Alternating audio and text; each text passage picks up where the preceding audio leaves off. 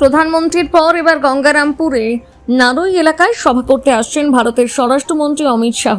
আগামী 14 এপ্রিল তার এই সভাকে কেন্দ্র করে জোর প্রস্তুতি শুরু হয়েছে। সভা ঠিক একদিন আগে ধরা পড়ল তড়িঘড়ি প্রস্তুতির ছবি। স্বল্প সময়ের মধ্যে সভা আয়োজন করতে গিয়ে সভাস্থল নির্মাণ, হেলিপ্যাড তৈরি সহ একাধিক কাজে তৎপর হয়ে উঠলেন বিজেপি নেতৃত্ব কর্মীরা। যুদ্ধকালীন তৎপরতায় চলছে শেষ মুহূর্তের প্রস্তুতি। দক্ষিণ দিনাজপুর জেলায় মোট 6টি বিধানসভা কেন্দ্র রয়েছে। গত নির্বাচনে 6টির মধ্যে 3টিতে তৃণমূল কংগ্রেস এবং 3টিতে বিজেপি জয়লাভ করে। তবে এবার সবকটি আসন দখলের লক্ষ্যে প্রচারে জোর দিচ্ছে বিজেপি। সেই লক্ষ্যে স্বরাষ্ট্রমন্ত্রীর এই জনসভা অত্যন্ত গুরুত্বপূর্ণ বলে মনে করছে রাজনৈতিক মহল।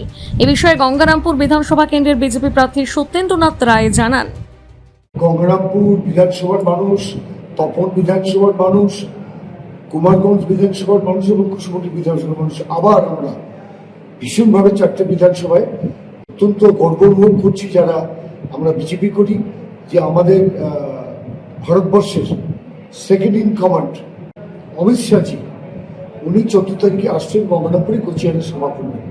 আমাদের দেশের প্রিয় প্রধানমন্ত্রী নরেন্দ্র মোদীজির কুশমন্ডি প্রোগ্রাম করলাম, লক্ষাধিক মানুষ হয়েছিল, আপনারা সবাই দেখেছেন।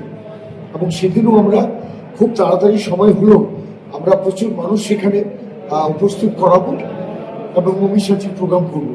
আমরা মনে করছি যে আমাদের দল ভারতীয় জনতা পার্টি দক্ষিণ দিনাজপুর জেলা এবং গঙ্গারামপুর সহ সর্বত্র এগিয়ে চলেছে এবং আমরা দক্ষিণ দিনাজপুর জেলায় গঙ্গারামপুর সহ সর্বত্র একটা ভালো ফল করব, এ ব্যাপারে আমরা নিশ্চিত। অমিত শাহজি আমাদের অনেক এগিয়ে দিয়ে যাবেন।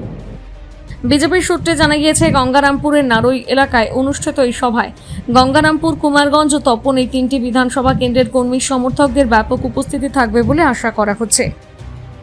গঙ্গারামপুর থেকে বিশেষ প্রতিবেদন, নিউজ টুডে।